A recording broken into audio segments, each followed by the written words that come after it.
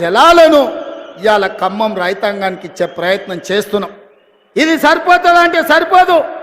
ఇవాళ 18,000 కోట్ల రూపాయలకు అంచనాలు పెంచిండ్రు సీతారామ సాగర్. ఇవాళ సీతారామ సాగర్కు 8,000 కోట్లు ఖర్చు అయింది. ఇంకా 8-10,000 కోట్ల రూపాయలు ఖర్చు పెడితే కానీ పూర్తి కాదు. అందుకే మా ఉత్తమ్ కుమార్ రెడ్డి గారు ఒక మాట చెప్పిండ్రు, 15 ఆగస్టు 2026 లోపల సీతారామ ప్రాజెక్టు పూర్తి చేసి ఖమ్మం జిల్లాలో 7 లక్షల ఎకరాలకు నీళ్లు ఇస్తామని ఏదైతే మా ఉత్తమన్న చెప్పిండో, మళ్ళీ నేను మాట ఇస్తున్న మిత్రులారా, వైరా గడ్డ మీద నుంచి 2026 15 ఆగస్టు లోపల సీతారామ ప్రాజెక్టుకు ఎన్ని వేల కోట్ల రూపాయలు అవసరమైన నీళ్లను నిధులను వరదలాగా పారించి 7 లక్షల ఎకరాలకు మీకు నీళ్ళిచ్చే బాధ్యత ఈ ప్రభుత్వం తీసుకుంటుంది. అదేవిధంగా మున్నేరు నది మీద గ్రావిటీ ద్వారా మీకు నీళ్లు తెచ్చి మీ ప్రాంతాన్ని తడపాలి. దాదాపుగా 32 టీఎంసీల నీళ్లు ఈరోజు ఇవ్వచ్చు అని చెప్పి పెద్దలు శ్రీనివాసరెడ్డి గారు, మా మిత్రుడు రామదాస్ గారు చెప్తున్నారు.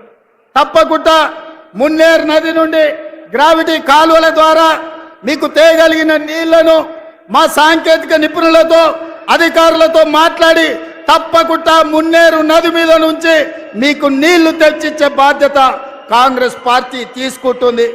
అదేవిధంగా పక్కనే ఉన్న డోర్నకల్ పొంగులేటి శ్రీనివాసరెడ్డి గారు ఖమ్మం జిల్లా అయినా వారు వరంగల్ ఇన్ఛార్జ్. అందుకే సీతారామ సాగర్ మీద కెనాళ్లు కట్టిండ్రు కానీ రిజర్వాయర్లు కట్టలేదు.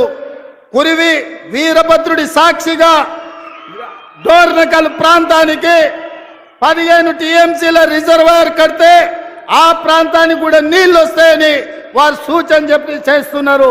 తప్పకుండా వీరభద్రుడి పేరు మీద సాధ్యాలను పరిశీలించి 15 టీఎంసీల రిజర్వాయర్ను నిర్మించడానికి అవసరమైన ప్రణాళికలను రచించడానికి మా పెద్దలు ఉత్తమన్న గారికి నేను విజ్ఞప్తి చేస్తున్నా.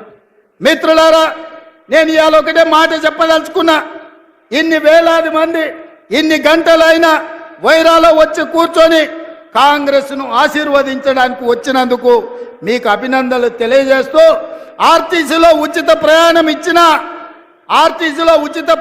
ఇచ్చిన రాజీవ్ ఆరోగ్యశ్రీ అమలు చేసిన ప్రతి పేదవాడి ఇంటికి 200 యూనిట్లు ఉచిత కరెంట్ ఇచ్చిన ప్రతి పేదవాడికి ఇందిరమ్మ ఇల్లు ఇచ్చిన ఈనాడు రైతు రుణమాఫీ 31,000 కోట్ల రూపాయలు చేసిన ఇవన్నీ సోనియా గాంధీ గారు ఇచ్చిన గ్యారంటీలు.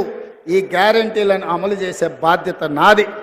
ఇవాళ 8 నెలల్లో ఇన్ని గ్యారంటీలను అమలు చేస్తూ ప్రభుత్వ ఉద్యోగులకు ప్రతి నెల 1వ తారీఖు నాడే జీతాలు ఇస్తూ నిరుద్యోగ సమస్యను పరిష్కరించడానికి ప్రభుత్వంలో ఉన్న ఖాళీలను 30,000 ప్రభుత్వ ఉద్యోగాలు 90 రోజుల్లో నిరుద్యోగులకు ఇచ్చి నిరుద్యోగ యువకులని ఆదుకున్న గ్రూప్ 1, గ్రూప్ 2, గ్రూప్ 3తో పాటు డిఎస్సిలో 11,000 ఉద్యోగాలు ఇచ్చి సంవత్సరం తిరిగే లోపలనే 65,000 ఉద్యోగాలు ఇవ్వడానికి ఇవాళ కాంగ్రెస్ పార్టీ ప్రణాళికలు చేసింది. సోదరులారా, ఇవన్నీ మా గొప్పతనం కాదు, ఈ గొప్పతనం మీది. ఈ ఖమ్మం జిల్లా 2014లో టీఆర్ఎస్కి ఒకటే సీట్ ఇచ్చింది, 2018లో ఒకటే సీట్ ఇచ్చింది, 2023లో ఒకటే సీట్ ఇచ్చినా ఆ మిత్రుడు కూడా ఇందిరమ్మ రాజ్యంలో ఉండాలి, ఖమ్మంను అభివృద్ధి చెయ్యాలి అని ఇవాళ మనకే మద్దతు ఇచ్చిండు. ఇవాళ ఖమ్మం జిల్లాలో బీఆర్ఎస్ ఏమున్నది?